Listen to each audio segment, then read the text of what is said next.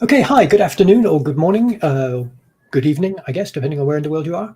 Welcome to session 8 of the spring 2022 semester of SynoikisisDC Digital Classics. This semester is focused on digital approaches to cultural heritage.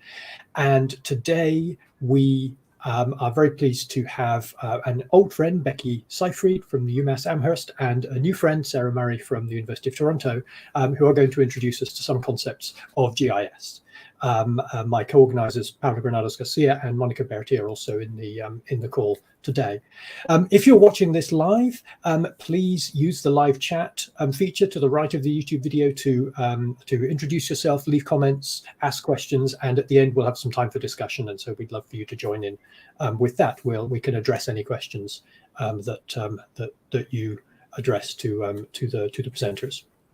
If you're not watching this live, apologies that we can't answer live questions, but we are always very happy to hear from you, and you can use any of these materials, either this video or the SunoikisisDC session page, which has readings and a suggested exercise and other materials linked on it. You'll find a link to that session page beneath this in the comments, the description underneath this YouTube video, and all of those materials are free to use. And we welcome people anywhere in the world, anytime, to use this in their teaching or learning. So welcome. I think that's about all I have to say by way of preamble. I think Sarah, is starting off, and we'll introduce this session, today's session, in a bit more detail. Okay, thanks, Gabby, for the introduction, and hello. Today's session is all about Geographic Information Systems, which are more commonly known by the abbreviated form of GIS. So these are systems essentially for managing, displaying, and analysis of spatial data.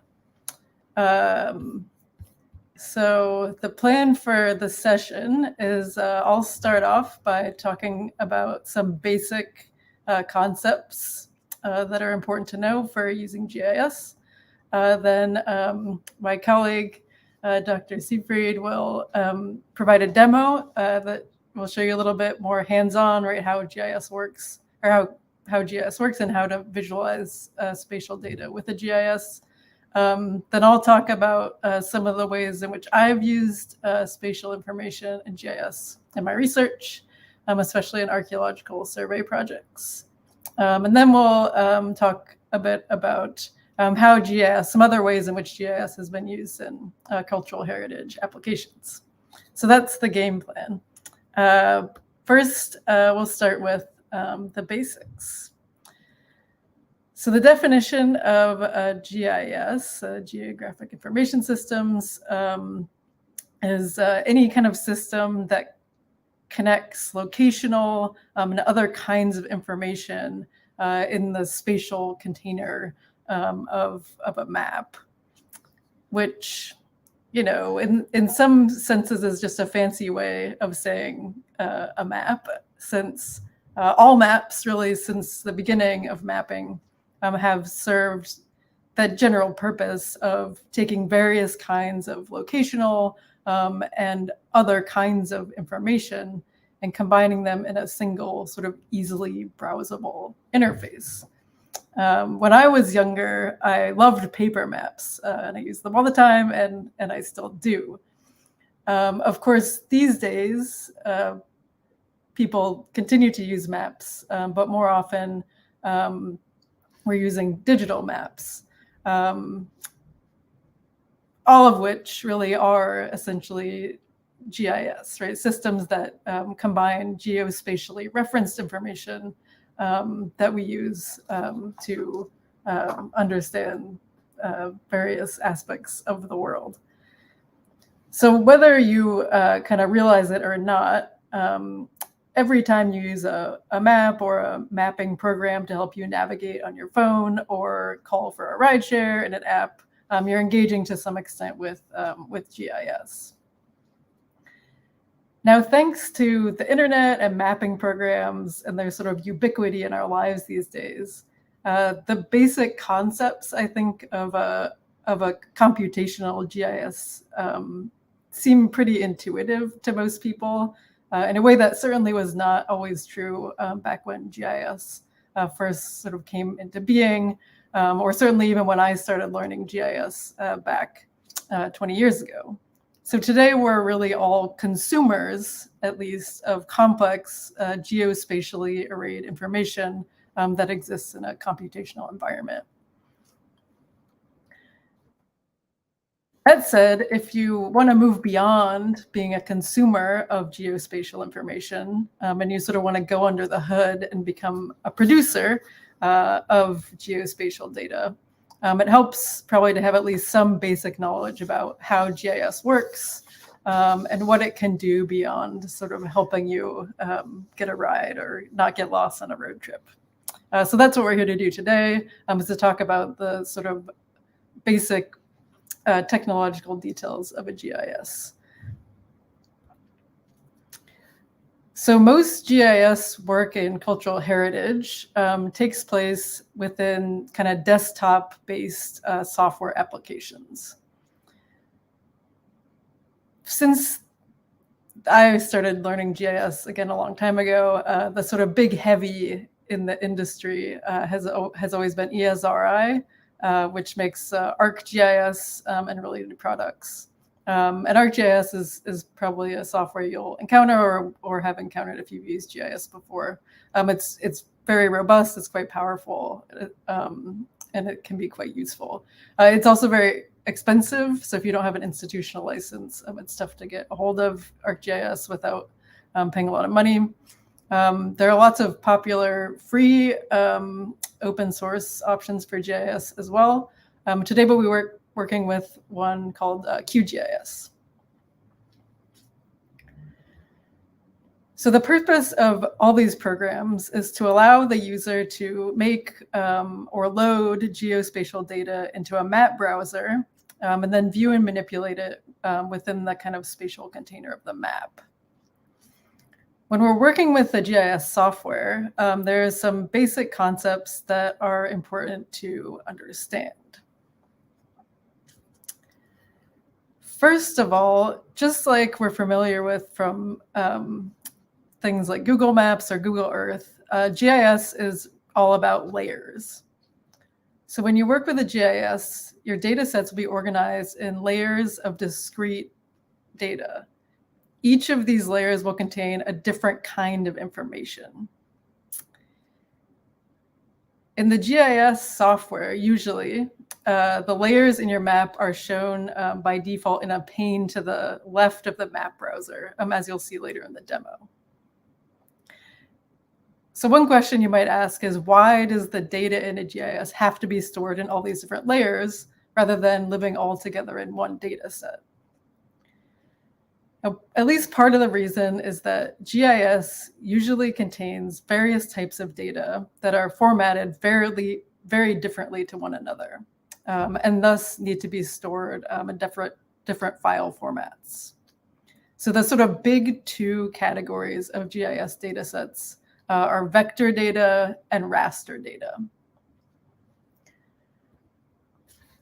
Vector data is data that's stored as a sort of mathematical equation, that is, as a geometric entity.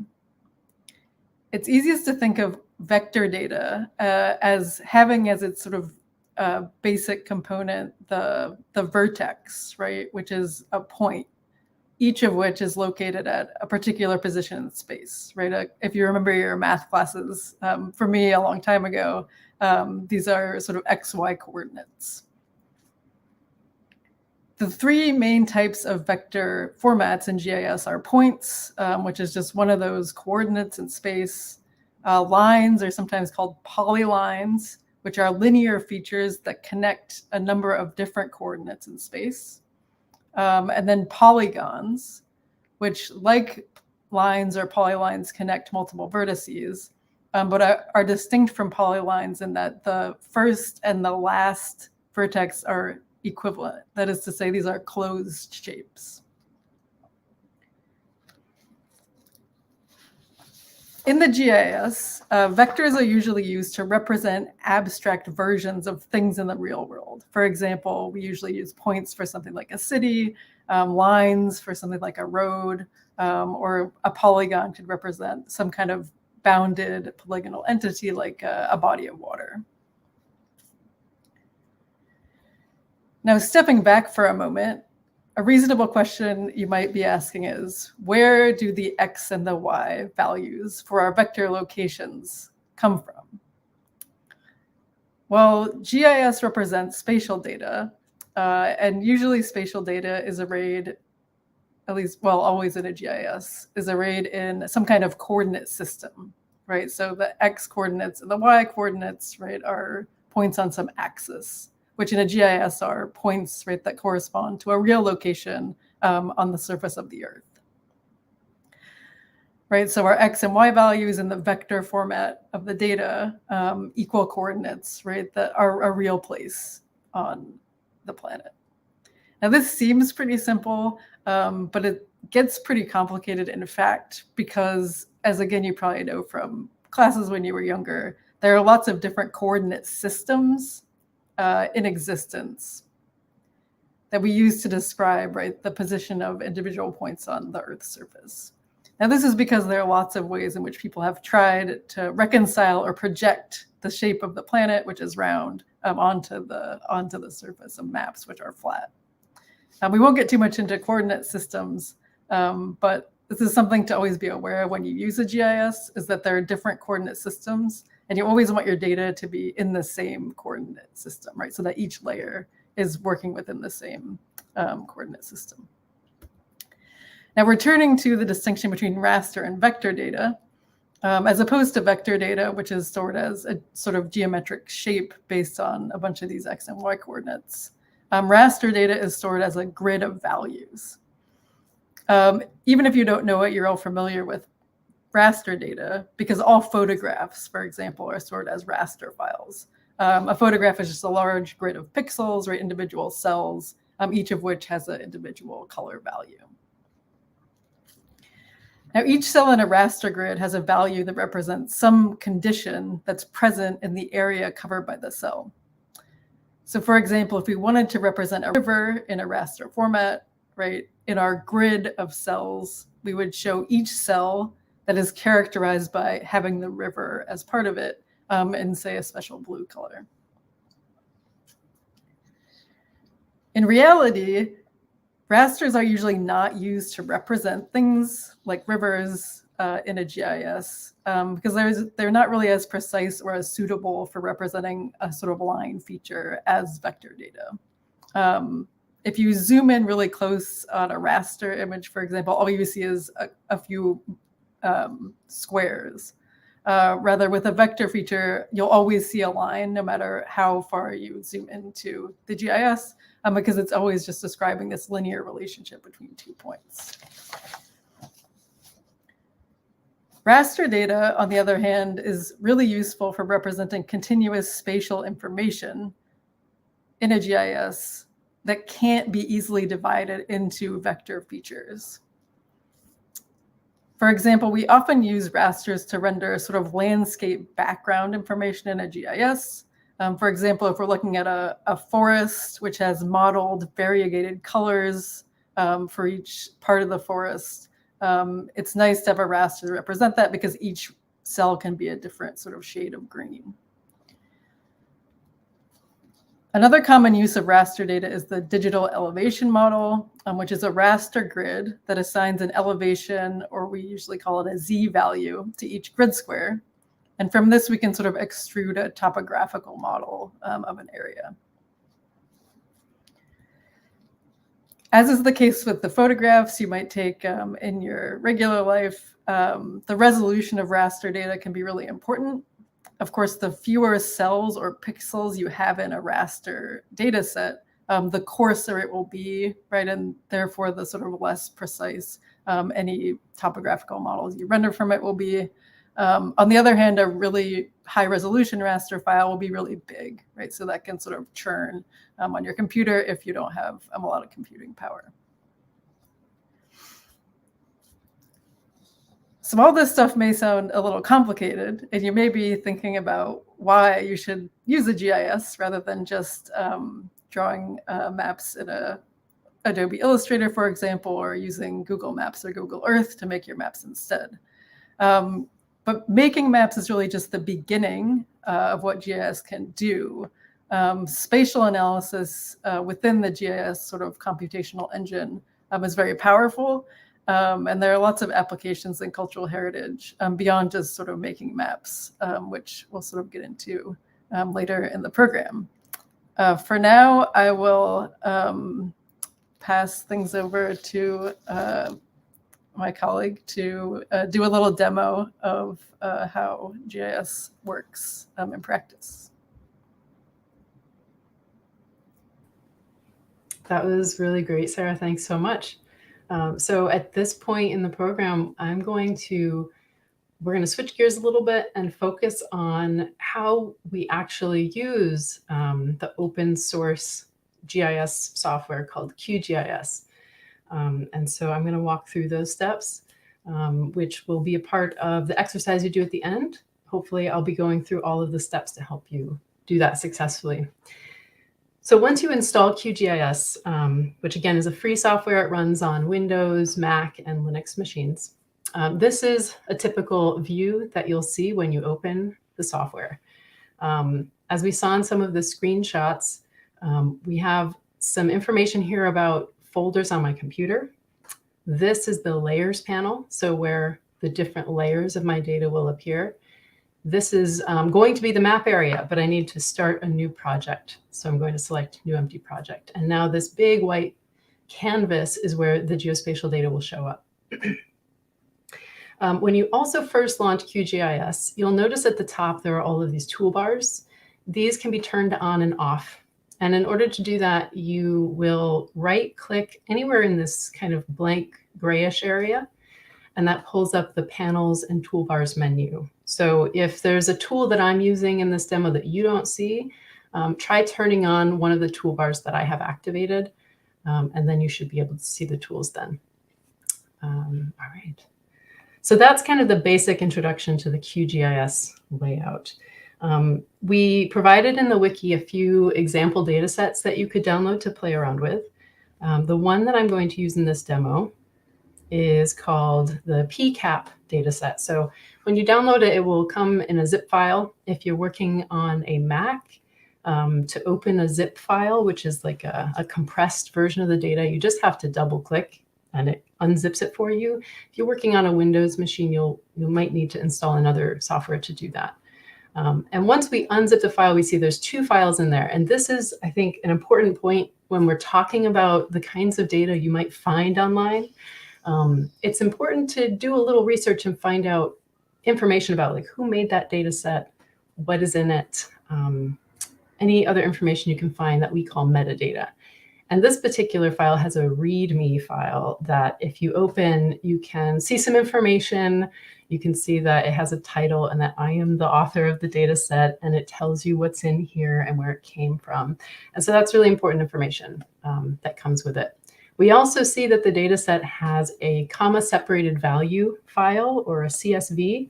And if I preview that, I can see it looks like a spreadsheet. It has a kind of header row with information about each column, and then it has the data in here. And what we're looking at is a survey data set.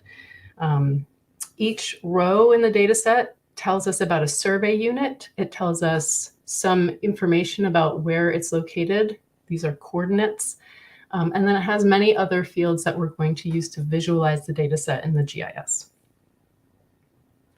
So once I've unzipped the file, the next step is to go to QGIS and load it into our software.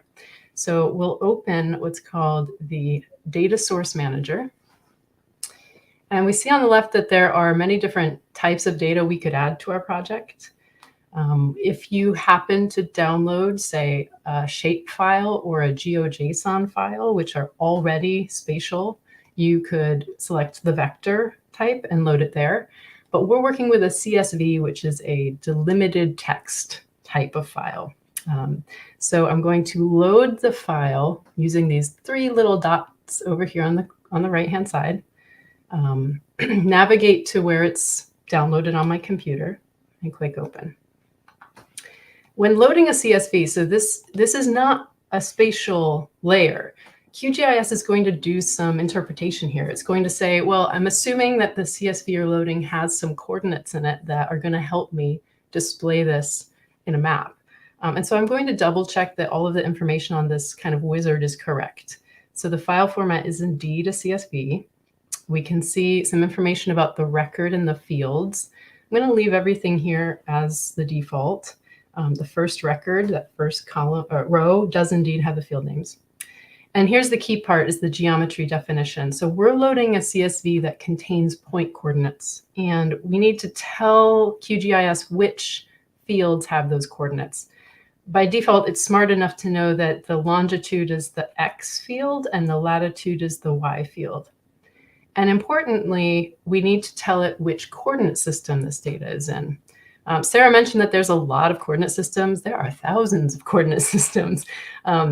What's really handy is that whoever made this data table, me, told us what coordinate system these fields are in. It's in WGS 84. You might be able to find that information in the README or metadata, but this is crucial. If I select the wrong coordinate system, my points are not going to display in the right place. So thankfully, that's already taken care of. And we can also preview the data here. Now all I have to do is click Add and close the wizard. And we see our coordinates. This is every row in that CSV being displayed as a point in the GIS system. One thing I like to do when loading a new data table like this is to open the attribute table. And this is going to allow us to see those fields that we just previewed before as a CSV. We're just going to make sure that they came through into the GIS correctly. So everything looks exactly as we saw it before. There is a header field, and then we have the data in here. And if I kind of just zoom to the right, I see, yes, all of these fields seem to come over correctly. Another way to double check that everything is correct is to open the properties and navigate to the fields section. This tells us what kind of data QGIS is treating each field as.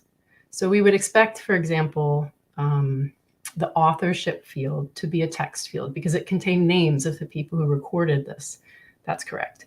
And we would expect all of these other fields at the end, which are all numerical data about the numbers of finds. We would expect those to be integers, and they are for sure. So this is a good step to take just to make sure that your data table came through okay.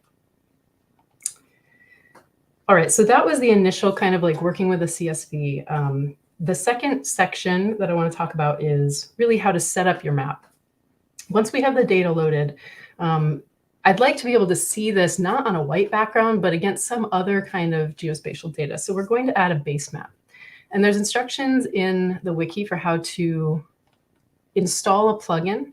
I'll walk through them really fast here. So we'll open the Manage and Install Plugins kind of menu and search for Quick Map Services. And you will click Install Plugin. Mine's already installed, so I don't have that option.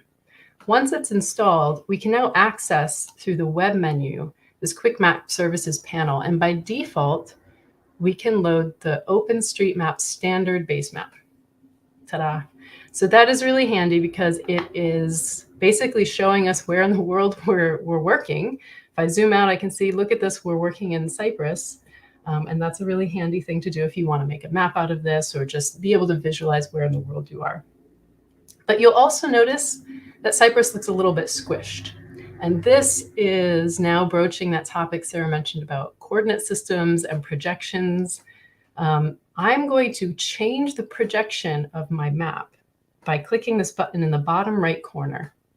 We see right now by default, it's showing us this data in this WGS 84 system. That is a global coordinate system that works really well for three-dimensional display, but not so great for two-dimensional, like a flat surface, like a computer screen.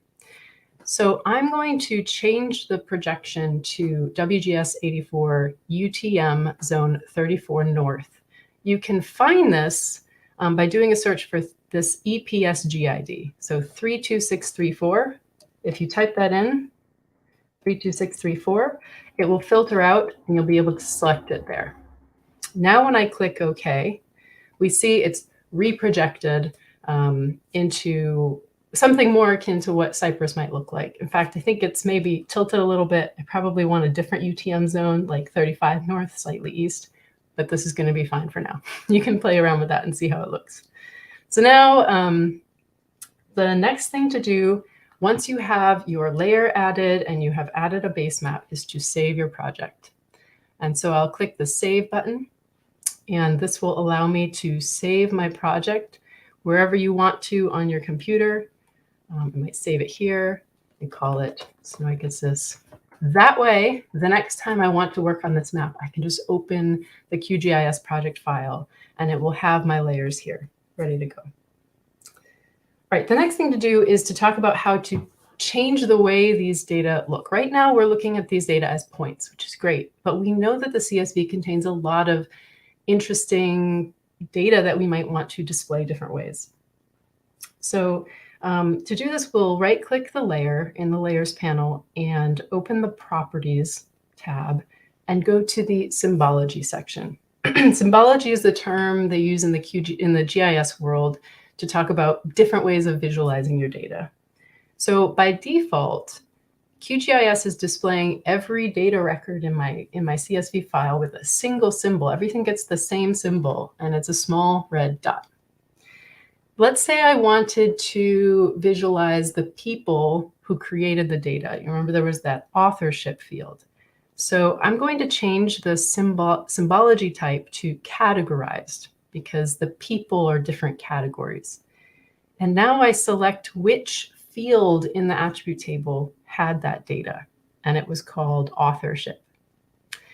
And now if I click the Classify button, QGIS is going to go through that column and find all the unique values that are present and load them for me here. And so we see that it found 6 different names of people who were creating this survey data and whenever this data was collected. And it's also adding a final category. If there's some null field or whatever, it will give it a blue color. And if I just click Apply, we can now see that color scheme has been applied. It might be a little hard to see, but I can see some clear patterns that one person was responsible for these units and somebody else for these and so on. I can change attributes about this. Maybe I want the points to be a little bigger. I can change that here and then click Apply. Now they're a little bigger, and I can change the colors manually. I could also change the color ramp. If I don't like random colors, I can select, maybe I want something in the spectral zone. I can click Apply. Now we have those colors. That's great. So this is a basic how you display data that one would call categorical. It's not numerical data. It's categories of data. Authorship is an example of that. So is area toponym. I'm going to classify that data and click Apply. And now we see all these different toponyms.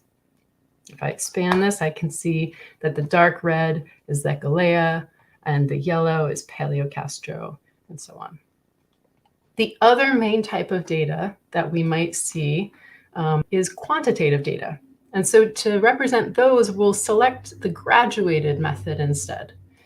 And let's take a look at what are some of the quantitative fields we could visualize. Let's look at, for example, sites with prehistoric pottery. And if I click the Classify button, we see, oh, that's not a good example. We see that it's most of the points have just 0, I guess, and there's a couple points that have a lot. Let me try a different and see if that works. That didn't really work either. Okay, so I'm just going to go with it. We're going to visualize some classical Hellenistic data, and I'm going to change the mode. This is another way to change the way those different groupings are broken down.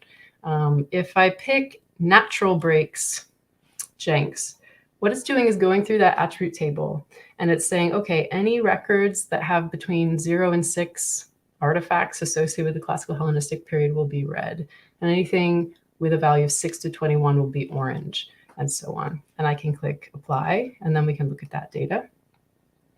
So we see that things that are in blue are really high. So I'm seeing like a concentration of classical Hellenistic sherds here. Another way to display quantitative data instead of with colors would be with size. That might be a little more intuitive. And so by default, it's just assigning these kind of dots in different sizes. And if I click apply, we see that data that way. So there's limitless ways to show your quantitative data. You can play around with color, with size. I can manipulate this if I don't want them to be red. I could change that, and so on. All right, I'm going to just stick with this for now. So right now we're looking at the survey data, and we're visualizing survey units that had a lot of classical and Hellenistic sherds. And maybe this is all I want to do with this data set, and now it's time to make a map. I'm going to remind myself to save the project, so the next time I open this, it will open exactly like this. And then the next thing to do is to make a map. And so in QGIS, you start by opening the Layout Manager. So it's this button up here. And I'm going to create a new layout. So I will click Create, and I'm going to give it a name. You can call it whatever you want. I'm going to call it Classical Hellenistic Sites. Okay. And this is essentially previewing a piece of paper, this white box, and I now get to add elements to it. So the first thing I'm going to do is add a map, and that's this Add Map button. And I draw on here where I want that map to be. And it automatically pulls the layers from the QGIS session. And it's very slow because of my web map, the background that I am streaming over the internet. So let me try turning it off. Let's see what happens. I'm going to refresh. Okay, it's going to be a little bit faster for me to render it this way, but ideally we'd want that base map on there. I can adjust the size of my map space, and I can add elements to my map, like a title. And I drag this title box here, and I can change what the words are here. And I can change the font by clicking this font button and selecting a different font and size and how it's justified and so on. I can adjust any of these, great. And then I can also add a legend. Legends are very important when you're creating a map to tell people what it is they're looking at. It automatically pulls in the information for me, but I can adjust that. So if I select legend over here, for example, I can say, I want to manage which layers are being shown in the legend. So I will uncheck auto update. I don't want it to update every time I change my map. And then I can select, let's say I don't want OSM standard to be in the legend, and I can subtract it from my legend. So there's my legend showing the finds and how many items are associated with each size circle. Look at that, isn't that nice? The other thing you might want to do with the map is change kind of the zoom and the scale. So if I select the map element, I can manually type in a new scale here. Right now we're at 22,000. Let's see what happens if I go to 40,000. That zooms out. Or if I can go to 10,000, too big. So maybe, I don't know, 15. Perfect. All right. One other thing that you might want to do when you're making a map is, let's say if I go in here and I start doing more things and adding more layers, like let's say I turn on the base map. When I go back to the map I'm working on and click refresh, it will pull in those changes. So I can go to the map and let me see where I go.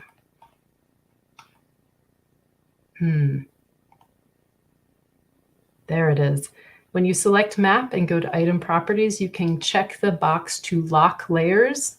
That means if you go back into your QGIS map session and do any changes to it, like turn off a layer, when you come back to the map you're creating and click refresh, it does not bring those changes in because I've locked the layers.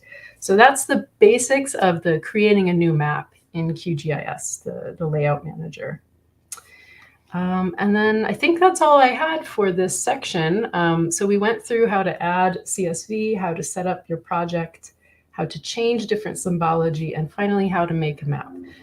What I'd encourage you to do if you were using this data set is to play around with those other quantitative fields because, for example, this data set's a really great example of sites moving from a hilltop area down to the coast. And so you can make a series of these maps. If I wanted to add a second map, for example, I could do that here. And I could, for example, have classical Hellenistic sherds, and I could change this one to show you prehistoric sherds, for example. So with that, I will turn it back to Sarah for the next section.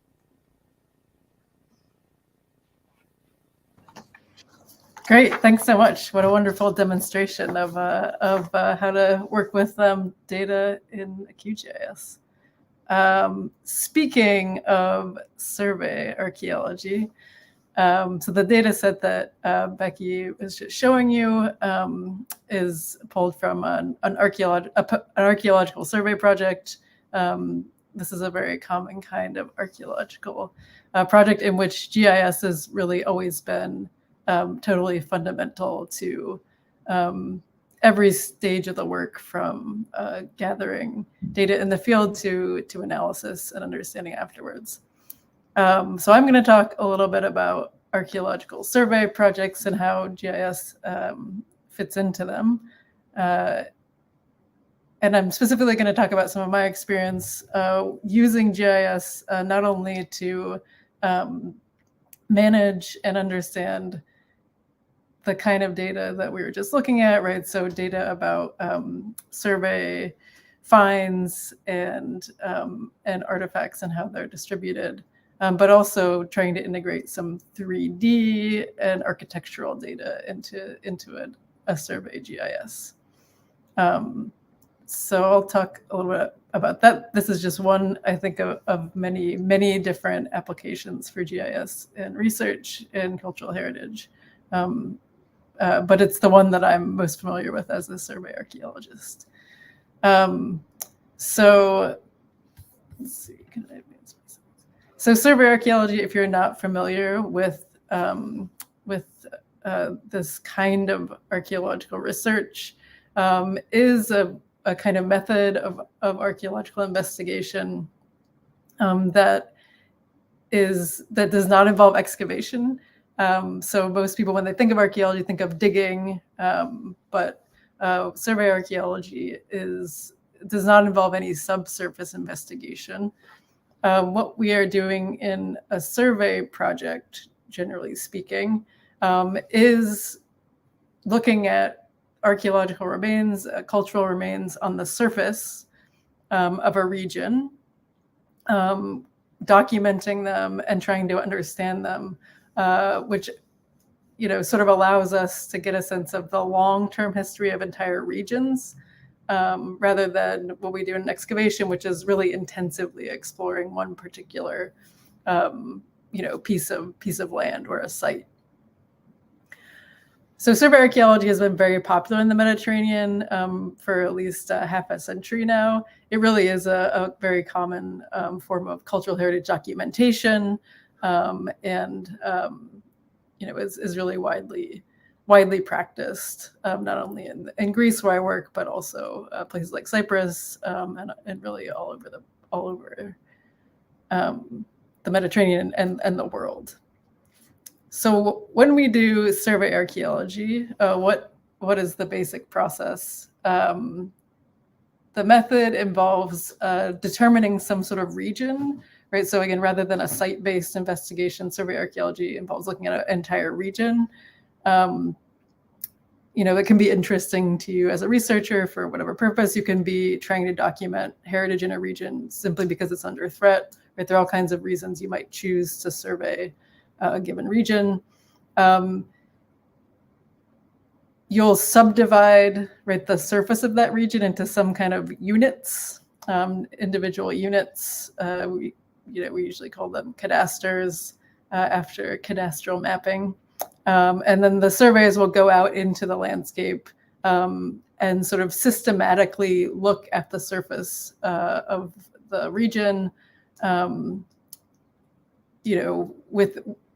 within those subunits, the cadasters, and just document what's there, right? So again, it's not a particularly complex process. We're interested in documenting what cultural heritage remains on a surface of the Earth, divided into some kind of region.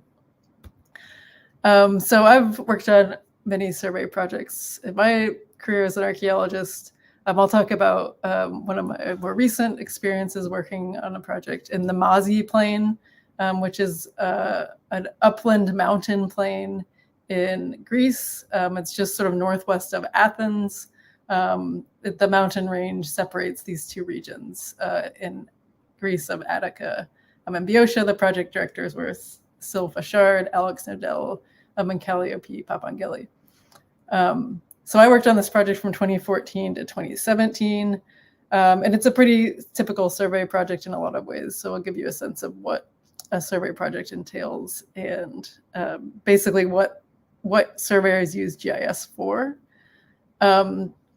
It's probably not an exaggeration to say that in any kind of modern survey project, the project GIS is really like the center of everything that goes into and comes out of the project, right? So here you can see a map of the Mazi Plain. You can see all these different sort of rectangular units into which the plain has been divided. Those have been drawn essentially in the GIS before going to the fields. And they really divide these kind of agricultural fields in which the surveyors will go out and make their observations. So when you're planning a survey project, you use the GIS essentially to plan to make your plan of attack. And all of the data that's collected in the field, here you have a group of survey walkers who are out walking systematically in this field and observing. The things they're observing are usually really broken up, very beaten up pieces of pottery. So the surveyors go through these fields, go through the units, count however many sherds or other artifacts they see, and then they'll collect some diagnostic artifacts that can tell us a date or something like that. And then eventually, right, we get a sense of how the land was used over time, what kind of artifacts we find in these different units. So that's where in the sample data set you were looking at, we get these different numbers of, say, classical Hellenistic versus prehistoric sherds from these different survey tracks, right? It's from observations and collections of these surface artifacts. So in the field, everyone collects these data points, right? So the density of pottery, or the quantity of pottery, the quantity of tile, and whatever you see on the surface. And all of that gets loaded into the big sort of complicated beast of the project survey GIS. At the end of the day, right after many years of survey, many individual people walking through agricultural fields and recording what they see, you get this sort of large data set of individual survey units and what has been observed on the surface within them. So from this data, right, we can do all kinds of spatial analysis. So we can look at densities of artifacts in different survey tracts. We can try to understand the relationship between land use, right? So what kind of crops are planted in a certain tract today, and how that may have affected the archaeological record. So in the slide I'm showing you now, you can see the sort of Mazi archaeological survey GIS with all these like differently shaded green cadasters showing the different densities of survey pottery in each unit. You also see a bunch of orange lines. Those are another category of archaeological remain that we plot in a survey GIS. These are called features, right? So the cadastral data, the density data that you see comes from observations of artifacts. So how many tiles, how many pieces of pottery do we find in a certain unit? But we're also mapping the sort of ruins, right, architectural structures that we find in the landscape. So, you know, when we produce the publication for a survey project, we'll often end up making maps like this that show, say, a particular subregion of the survey area, densities of finds, and then how those overlap with features, right, architectural remains in the landscape.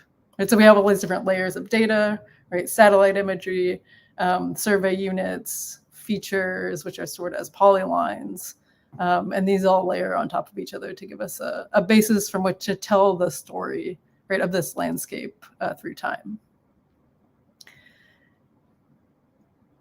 Now, one of the things that was not typical about the MOSI project was that the plane happened to have a lot of really well-preserved architectural structures within it. Often when you're out in the Greek landscape doing survey, you will find sort of ruined walls or ruined old houses, but they're not very well preserved, or anyway, surveyors have often not spent a lot of time trying to document architecture for various reasons, again, that we don't need to necessarily get into in this context.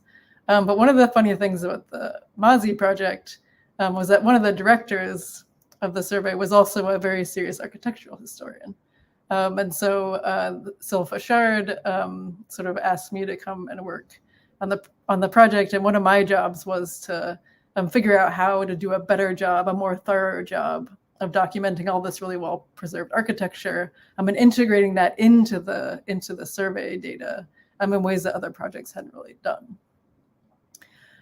So what we did essentially was use a lot of 3D modeling. We did a lot of photogrammetry in order to create three-dimensional models of the big sort of well-preserved fortifications and other architectural structures in the plain.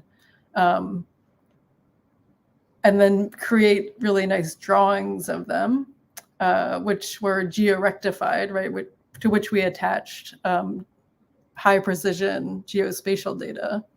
And then we pulled those models into the GIS in ways that allowed us to generate sort of detailed stone by stone sort of architectural quality plans, which could then be layered into the GIS alongside all of this complicated survey data. So these are some of the models that we were able to produce of just the remains of buildings, various kinds of structures, from early Christian basilicas to Roman agricultural villas, Hellenistic fortresses, farmsteads. So we, again, thanks to technology, thanks to the 3D modeling technology you probably heard about in other modules, we were able to do sort of high-level architectural drawings in addition to the sort of normal survey processes that we undertake in the landscape. We used a mobile DGPS to plot points on all these models so that they could come right into the GIS, and then we could sort of draw, again, stone by stone architectural plans in the GIS, which complemented the sort of more rough sort of feature lines that we generated on the first pass of surveying some of these features. So our biggest sort of accomplishment was to create the first stone by stone plan of this really big fortification that was in the survey area. The site is called Lutheri. So it's a very difficult thing to do in the context of a survey project. We didn't have many personnel, right? So we're a pretty small project. It's a huge set of walls. If you wanted to draw it in traditional ways without using photogrammetry or 3D, it would probably take years. But we were able to, again, for the first time ever, create a stone by stone plan of this fortress using drone photogrammetry, detailed DGPS mapping, and then rectifying different tiles of the mosaic of the from the 3D model in the GIS and drawing everything with the stone by stone plan. So this is something we produced as part of the survey project. We also produced a lot of elevations, right? And we did a whole restudy of this fortress based on the 3D modeling we were able to do.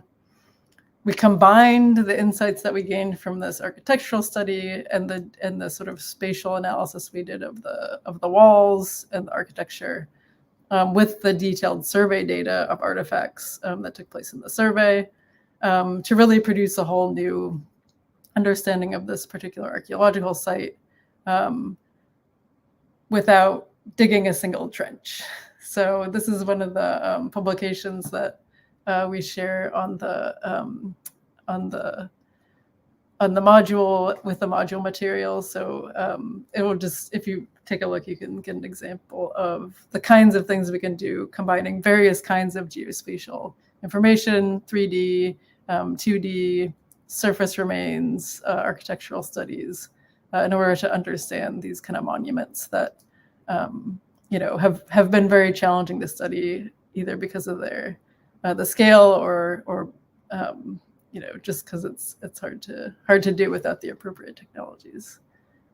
So that's all I'll say for now, I guess, about archaeological survey data and GIS. And I'll pass it back over to Becky for more on cultural heritage applications with survey, or with GIS rather.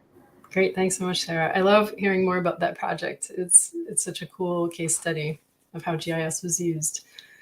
So at this point, we're going to move to the last section of our talk today, which is a discussion about success stories and pitfalls of using GIS and cultural heritage applications. So moving the conversation beyond survey, which I'm also a survey archaeologist by training, so naturally that's what Sarah and I chose to talk about, but there are many other ways GIS can be used. And so I wanted to touch a little bit on them. And Sarah, feel free to chime in at any point if you have an idea or something to kind of add to the conversation.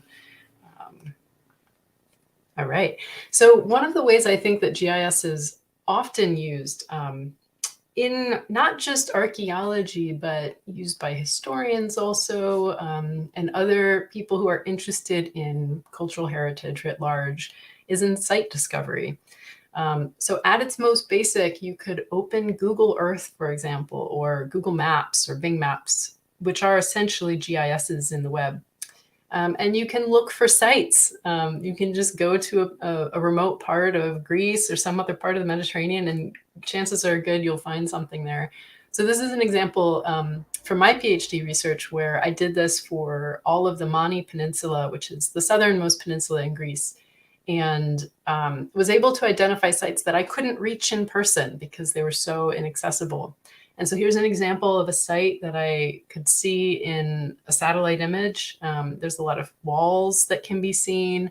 I hope you can see my cursor, but there are several ruined churches, which I was able to identify because of the orientation of the building and the fact that the east side is a little bit rounded. Maybe hard to see in this image, but if you could zoom in, you could see it. And some other residential structures and so on. And so this is one way that GIS can be used in cultural heritage. Another great example, and I think we're seeing more and more of this, are crowdsourcing projects, which get people, members of the public who don't have specialized knowledge, either about archaeology or cultural heritage or about GIS, but can get them involved in site detection without having to do a lot of training. So here's an example from essentially my backyard in the state north of mine, New Hampshire. I'm in Massachusetts. And there, the New Hampshire government created this program to get people interested in mapping stone walls. The stone walls date to the colonial era. And most of them today are really hard to see because much of New Hampshire is now reforested. There was a period of time where a lot of the trees were gone, and you could probably see these from the air, but not anymore. So this is a great example. This is just a website you can navigate to and create an account, and you can start drawing little pink lines wherever you see stone walls. And the way that works is you're shown a satellite image here. You can see how much of this area is forested today. And then you can turn that off and see LiDAR. LiDAR is very high resolution elevation data, which increasingly, 10 years ago, LiDAR was extremely expensive and hard to get access to. And more state, provincial, and national governments across the world are collecting this data and making it available to researchers. And so New Hampshire has provided access to LiDAR for their entire state. And you can see here these line features that are so apparent. What's cool about LiDAR is it's essentially shooting laser beams from like a plane, And they can penetrate through the vegetation, and they show you the elevation of the ground surface. And so what we're seeing on these little lines are ridges where the stone walls are slightly higher than the surrounding terrain. And we also see some, it's kind of hard to tell from this angle, but these long curving features are depressions. And this is where there are road cuts. And so members of the public can just come in and say, oh, I think this is a wall, and they draw a pink line. And that is how they are mapping all of the stone walls in New Hampshire. So that's a great example of how GIS is being used to monitor cultural heritage today, not just in the Mediterranean. Another example, and this one's a little old at this point, but I still think it's worth mentioning, is Global Explorer. This was a project that was organized and launched by an archaeologist named Sarah Parchek, which was a crowdsourcing mission to get people to map the locations of archaeological sites that could be seen in satellite imagery for other parts of the world. And so they were working, for example, in Peru. And the project is now done, but you can see how many, like here are the final stats from that project, how many tiles, over 17 million tiles were shown to people, and almost 100,000 people volunteered to participate in this crowdsourced project. Again, what's great about this, you don't have to be an archaeologist to do it. You don't have to be a GIS specialist to do it. But it gets, human eyes involved. And what we're finding is that although computer technology is advancing by leaps and bounds, there are still some tasks that humans are better at, like identifying archaeological sites in satellite imagery. A little more advanced of an example of how GIS is used in site discovery. For several decades now, we as in humanity have been collecting imagery of the Earth's surface and through satellites. And a lot of these satellites collect information beyond just the visible light spectrum into various spectra that the human eye can't see, but tell us information about like vegetation, the strength of vegetation, because different plants give off different wavelengths. So this is an example of two images of what we know is an archaeological site in Greece. And you can see these like lines and striations, which are actually the subsurface streets. So if you were to walk across those fields today, you wouldn't see anything on the surface of the Earth. LiDAR wouldn't pick it up because it's not like, it's been so many years that the landscape has been plowed. There are no longer deviations or ridges in the elevation, but the vegetation is affected by those buried structures. And so these types of images can show us where there are buried features. So that's another great way that you can study archaeological sites and map them and identify them without even being there. Another great application, I think, or interesting example, let's say, of an application of GIS to cultural heritage is that we can use it to track damage to archaeological sites. Again, this can be done without even being present. So this is an example of a study that I was involved in, where we were mapping damage to archaeological sites in Afghanistan using satellite imagery that was collected over different periods. And what we found is that although there is quite an extensive and popular narrative of looting and intentional destruction of sites, archaeological sites everywhere in the world are often put in peril by other kinds of activities that just come about from human life, including development, so people naturally moving into a place and expanding. And here we see an example of an image taken in 2007 and then 10 years later. Also agriculture. So here we have this fortification wall that over a period of 4 years, much of it was plowed down to create new fields. And there's also evidence of military activity and, as we would assume, looting. So this is an example of looting pits of people intentionally robbing, the site of artifacts for sale. So there are several ongoing projects where archaeologists are teaming together to monitor damage to cultural heritage remotely and also compare it with targeted assessments on the ground. So I'm going to end just with these couple examples, the Yamana database and the ASOR CHI initiative, ASOR Cultural Heritage Initiative. Yamana is a great example, and this is the pitfalls part of the talk, that archaeologists find when they make available detailed geographic information about site locations, it is inherently putting those sites at potential risk. Somebody with bad intentions could use that information to go to the site and dig, and sell those artifacts. So this particular database, you have to log in, you have to create a user account. They want to make this information available to researchers, but there is some vetting that has to go on in order to keep the sites protected. So here, these are just some screenshots of what you would see if you were to log in and be able to see some information about that site. So that is the end of my slideshow about success stories and pitfalls. I think the main pitfalls are to think about, what is the cost benefit of making these kinds of data sets available to the public. So what we saw with the PCAP data set, the example I used in the demo, that was a case where the researchers determined that it was more important for them to share access to that data set, even though it has coordinates that are not, let's say, they aren't made into a lower resolution version. Whereas another example data set we point you to in the wiki is the portable antiquities scheme. And those are examples of archaeological finds where the coordinate information has been obscured a little bit in order to help protect the sites. So that's the state of GIS, geospatial data in archaeology today. Sarah, anything to contribute to that? I know we're like right at time, so this is great.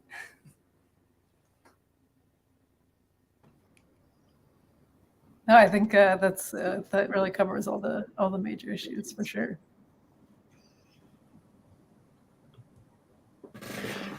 Great, thank you both very much. That was wonderful. That was both very clear and for someone who's sat through basic introductions to GIS for the past several years now, I still learned a lot from it. So that was very exciting. So we now have time for a bit of discussion. We could also discuss the exercise a little bit more if you wanted. I mean, you've talked, I think, about the technical part of it, but I note that at the bottom of the exercise on the session page, which is linked beneath this video, if anyone doesn't know where to find that. At the bottom of that page, you've got some questions that you suggest to people who want to try out this exercise to be thinking about as they look at their data set. So we could talk about that a little bit. But if I don't know if anyone has any questions immediately that they want to ask or bring up. I noticed there's a couple of questions that have appeared in the chat already.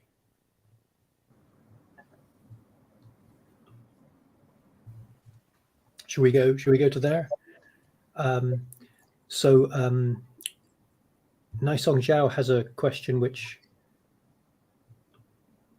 I'm not sure I have enough information to know exactly what the question means, but maybe you could answer. How do you extract specific areas from raster data? That's a great question. So we didn't actually show raster data in this demo. Sarah talked about it.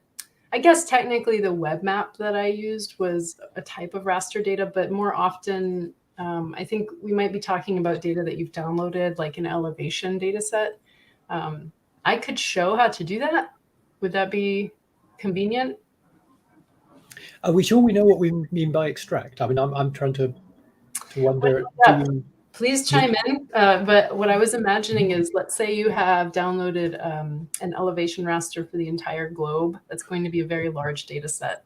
And if you just want to really work on a small portion, like part of your country, like one country or even an archaeological site, how do you extract that? Because the big data set might be several 100 megabytes or more. And if you can just extract a small piece of that, then you're working with just a few megabytes of data.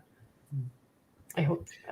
Can I maybe, I mean, I may be changing the question, but a related question that I think would be interesting to think about is how do you make sure that your raster data is aligned to whatever other data you're using, which presumably is part of the question of projection. But if you've got just a photograph, a screenshot from satellite photographs or something, that presumably that doesn't natively have a projection. So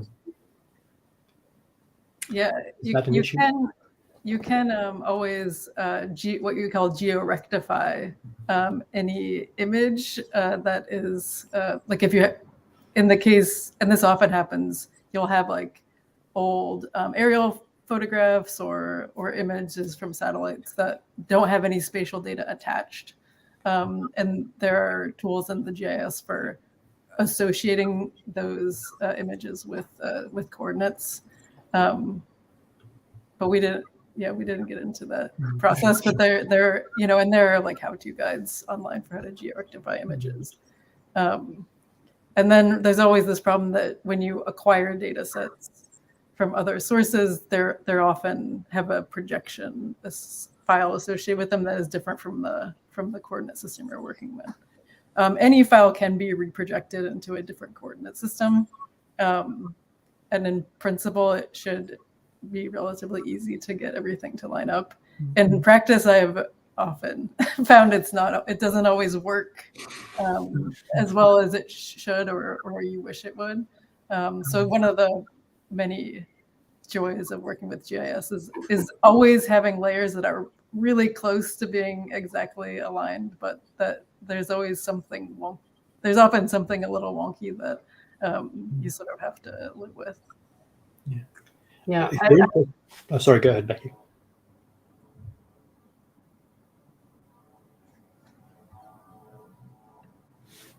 Or do we lose? Did I freeze? Go ahead, Becky. We lost you for a second. Am I back? Yeah. I was just going to add that I found that, definitely like 90% of problems that folks have with GIS come down to the coordinate system. Either you're working with data that are in different coordinate systems, so each layer has its own and maybe they're different, or the map that you're working in is in a different coordinate system. So in my demo, I changed the coordinate system for the map, but that doesn't change the data. The data will always have its kind of inbuilt coordinate system. So this is a little complicated, but essentially if the datum is the same, datum are those first bits, WGS 84, they should play nicely together. If you notice that you're working with something with a different datum, like, NAD 83, that might be where you have problems. And then you're going to want to look into reprojecting your data. If anyone's interested in playing around with geo-rectifying just a still image to your map, going back 3 or 4 or maybe 5 years on SunoikisisDC, we had a GIS session around this time in the semester, where the exercise that we did at the end of that involved rubber sheeting, as it were, an image, aligning 3 points on an image to known points on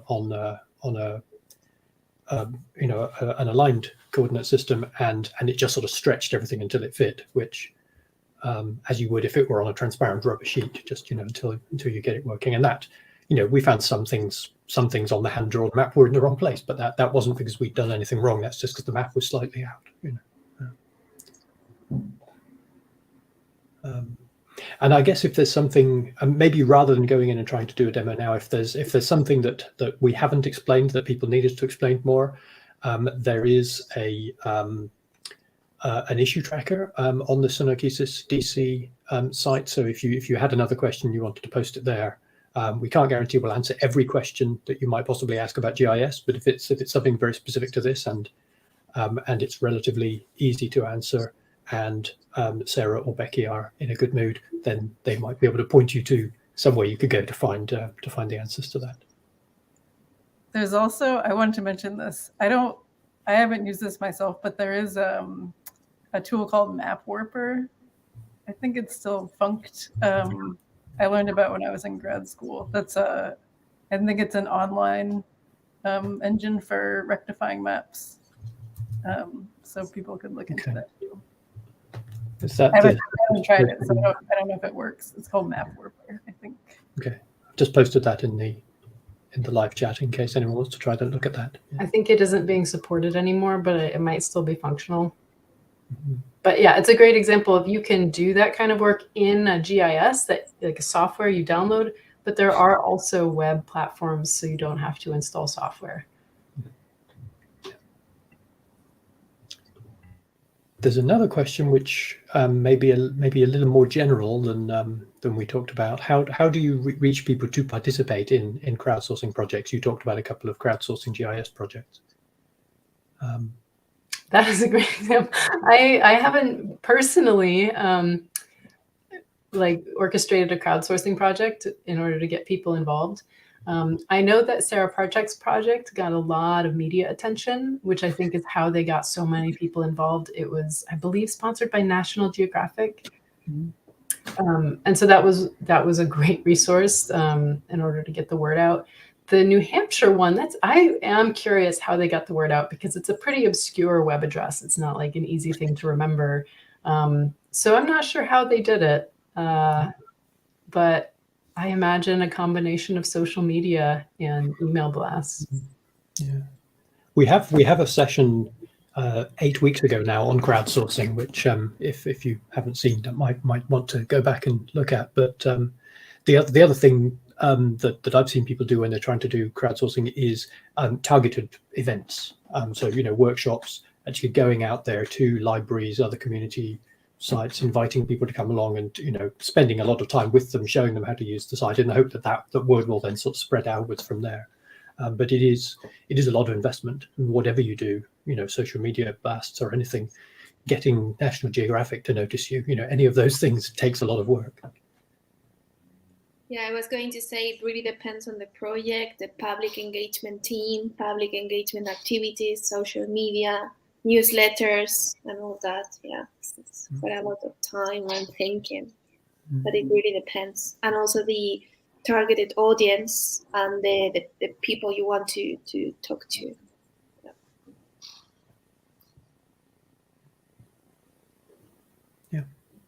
I had a kind of a question, but it's very kind of philosophical, a little bit general and broad. And I was wondering if any of you have any maybe opinion, or I can hear me now. Yeah, with a little echo. No, I was just wondering how, because we know that GIS has in a way changed the way in which we interact and engage with data sets and cultural heritage, because being able to give a time and space framework to your data really changed the way you interact with your data. And also not you as the person who uses your data, but also for cultural heritage, any audience and public coming to museums or data sets that are available online. So do you have any thoughts on this, on how GIS has kind of changed the way we engage with the data? So moving from maps to actually having your own GIS system that you can use, that is open source, that you have in your browser or in your own machine, how that changes perspectives? It's a big question, I know, but I was just wondering, because I think it is really, really useful. It's one of the most useful tools that we are able to use today.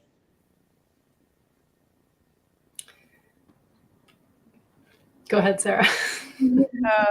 Yeah, I'm not a very subtle philosopher, so I don't think I have any particularly insightful thoughts, but certainly I think it's been incredible to witness just how much more spatial information is available without really even trying lately, as when you're just looking at a region or trying to get a sense of the landscape, the kind of satellite data that's just available with a simple Google search, like Becky was showing us. You can really see these archaeological features and sort of know what you're going to find when you get to a very remote region in a way that just, even 10 years ago was impossible to imagine. And I guess in a way it makes the world less mysterious, or I guess the idea of exploration is no longer as the same, because there's nothing that's unknown anymore. Yeah, I think having all these open source, sort of pretty easy to use forms of spatial technology is really empowering to like researchers and anyone, because even something as simple as making a map, right, for your publications used to be so hard to do, and you had to hire a professional map maker, and there were people who were sort of had control of that skill and that technology. And now anyone can make a great map, which is a powerful form of communication, I think. So it's very sort of democratizing in that sense. I don't know. Definitely. I'd add, I think on the one hand, that it is amazing how, like, I remember 10 years ago when I was doing GIS in the field, like we would have to download layers ahead of time. Nothing was being streamed over the web. The kind of streaming web map we see now is new technology. And yes, so democratizing of access is really important. At the same time, I think as has been true for the history of cartography, we see that maps can be used to, whether intentionally or not, misrepresent reality. At its core, a map is only ever a representation, right? So the data set that we saw in the demo were survey units, but what we weren't seeing were artifacts outside those survey units. You know, there were parts of that area that the surveyors could not map. And if we forget that those areas weren't actually investigated, I think because we're showing them as dots, we have a tendency to think, oh, there's nothing else outside there. So we're like, it's the duty of the map maker, I think, to be as truthful in representation as possible. And that might mean like adding a layer that says, this wasn't surveyed, just as a reminder to people. You know, being clear about what you've chosen as the map maker not to represent. So I think those are really important things also to be thinking about when you're looking at other maps, even in the news. Like, what does the color scheme mean? When we see something represented in red, that means like, ooh, scary. And was that a deliberate choice on the part of the map maker or not? So these are questions about critical geography that I think are important to keep in mind. Yeah, that's always interesting in when looking at archaeological site data or survey data anyway, is you know, where there are gaps, what do those gaps mean? They don't necessarily, as you say, mean there's nothing there. They could mean there was something that has been lost. They could mean that it wasn't surveyed. They could mean that, you know, what's there isn't picked up by the kind of survey we're doing. There's all sorts of things that it can mean, and those are all interesting. And we talked about that a bit a few weeks ago when we looked at the portable antiquity scheme data. You know, where there are big gaps are in urban areas, and that's not because there was no, you know, Roman or other historical settlement there. On the contrary, it's because it's all been built over, or it's been found by archaeological expeditions, not by individual finds. You know, so the maps mean something, but what they mean is the really interesting question, and it doesn't make it less interesting. The fact that there was stuff there but it's been lost is also really useful information for us. Yeah, I think that's kind of one of the benefit of almost everyone having access to the ability to make maps is, I think it makes people more critical readers of maps as well, in the sense that you sort of know what goes in the casserole. So you're not just going to accept the map as what it is. It's you sort of know what's behind it too, which I think, again, we all need to be critical consumers of information more now than ever, I think. And that's certainly true with the world of mapping as well. Yeah, I think everyone knows that if you search in your hometown for pizza places and 90% of them are Pizza Hut, that's not because that's the only pizza place in your town. That's because they've paid for the advertising space on Google or Bing or whoever's serving that information. And we instinctively know that, and so we can be critical of that. So long as we apply that same critical thinking to archaeological maps, that's. I think this is another interesting application of philology in the sense of critical editing, not just text, because usually we use this word for text, for critical editions, but this is a wonderful example. And then I think that this idea of interacting with the map, so maps talking with readers, I'm citing the title of an old paper about text talking with readers. So readers, I'm using readers, but we do not depend anymore on editors, or at least we can interact with the map. We can see what the map maker has chosen, but then we can interact with the map. So I think this is extremely interesting, especially for our program where we constantly discuss about critical editing. So we still have a question in the chat. Yeah, Tim Elaine had a follow-up question. How old or new are the maps you can choose in QGIS? And the reason for asking is, can you choose historical maps? That's a great question. What I did not show in that plugin, the Quick Map Services plugin, is in the settings, there's an option to turn on a contributor pack, and there are many more base maps you can choose from, including Google's satellite and terrain layers and so on. And I just did a quick check, and I don't see Google's historical maps in there. If you open Google Earth, you can access like historical satellite imagery. So as far as I know, Quick Map Services doesn't have that kind of thing, but there are no limits to what you can bring into QGIS. So if you found a website that was streaming a historical map, you could bring that into QGIS. Or you could download a historical map and georeference it using the previous session that Gabby mentioned. Presumably the Dare map tiles, the Digital Atlas of the Roman Empire, which are the map tiles used by several ancient GIS tools, they're available to download, and I would assume they're georeferenced and streamed somewhere as well. I don't know, but yeah.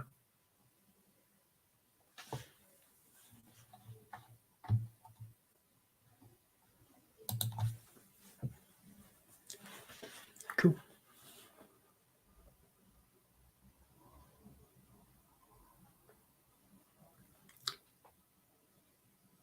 Yeah, here's another question from Nisong. Can you create a 3D map in QGIS? That is beyond my area of expertise. 3D GIS is definitely a field that is now very popular, and I know that ArcGIS software can do it.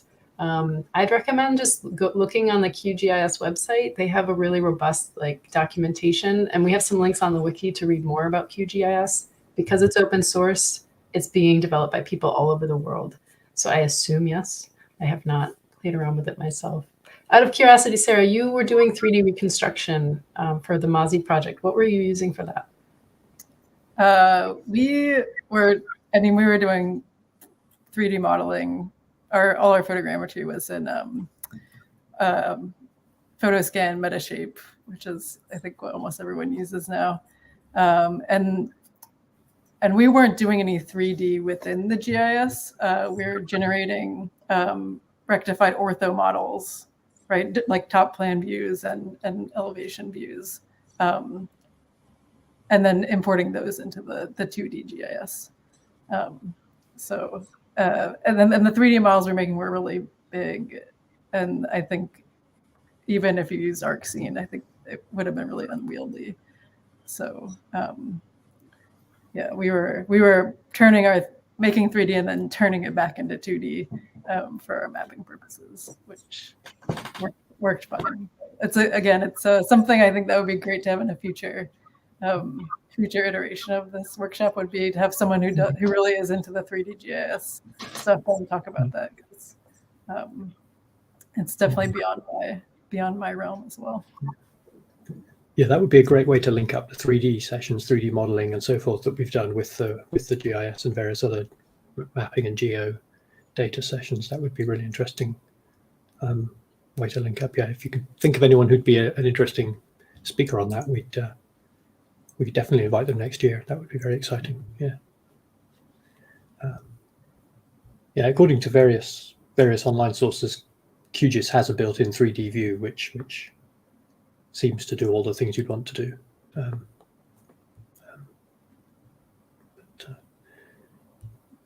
Tim Elaine has another question. Scanning maps, I guess I guess it means if you have a paper map and you scan it and you want to use that as your base map. Yeah, you'd have to georectify, right, the image is all. But that's how we used to do it all the time, because there weren't all these online resources. Yeah, and as long as you have you just want to make sure the scan is high resolution, so that you can really find a point that you can georectify really precisely. And then the trick is to find some feature or get geodata on things that are in the map, so you can fix that into space accurately. But it's not hard to do.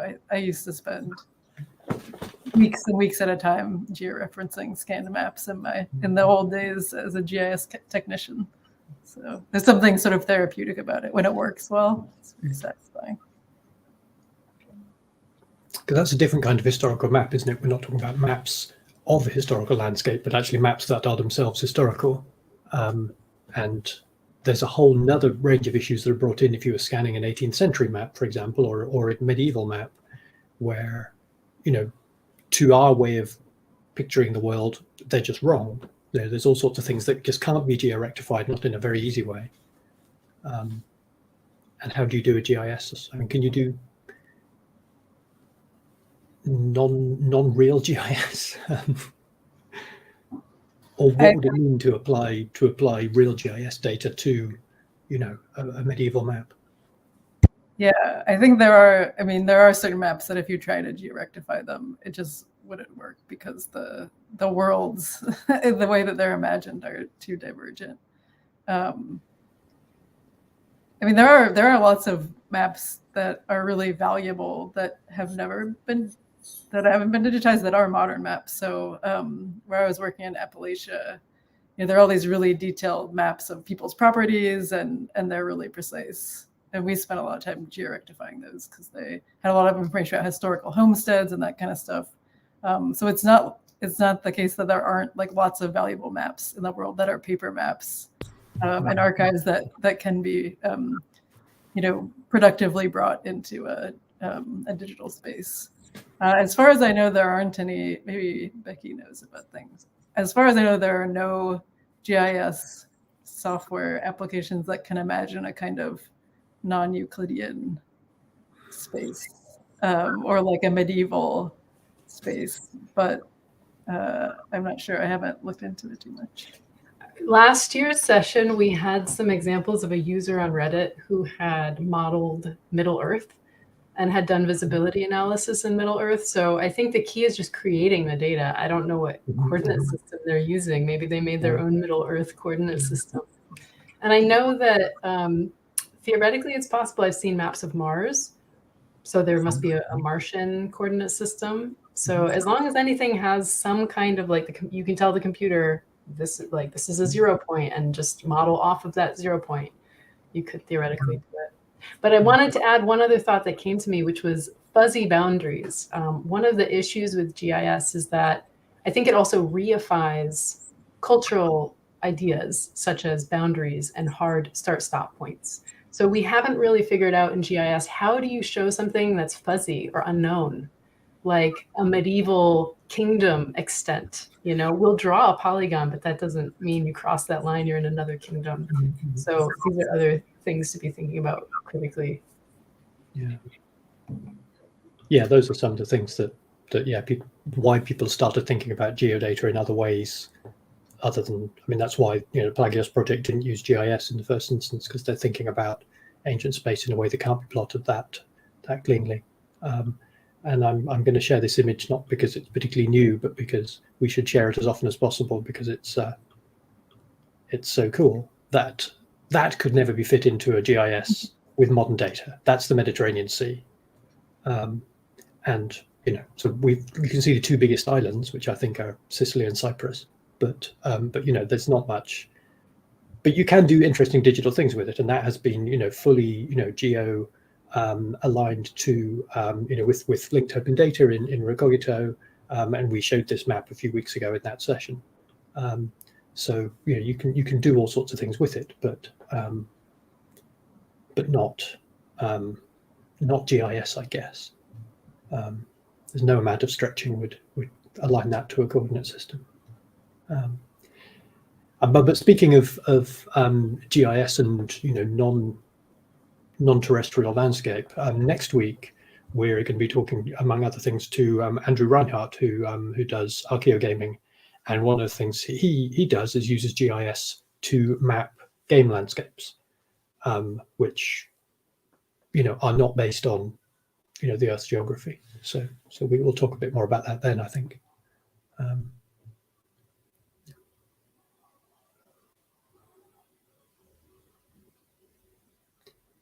So technically we're out of time, but if anyone has any last comments or questions, we can.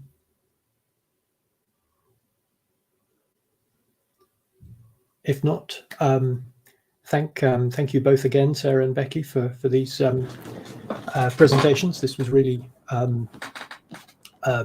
really useful and interesting, and I'm tempted to, it's inspired me to try out QGIS again. Every time I try it out, I regret it, but I now feel like I ought to try it out again. So that was great. Thank you both so much. And yeah, I hope you'll join us again next week for the last seminar in this semester, which is on archaeogaming and virtual reality in archaeology, as I said. And then the next semester starts 6 weeks later, I think. Yeah. Great. Cool. Thank you all very much. Bye.